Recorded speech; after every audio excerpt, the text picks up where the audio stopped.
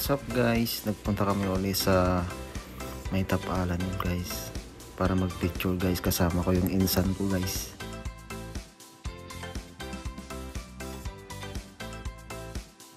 Medyo paakyat po kami dyan guys, medyo matarik po yung daanan guys.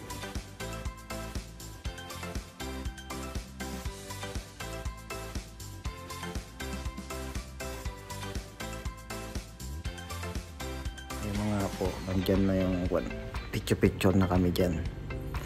Akala niya picture lang, yun pala, nagbibideo pala ako. Ayun, picture.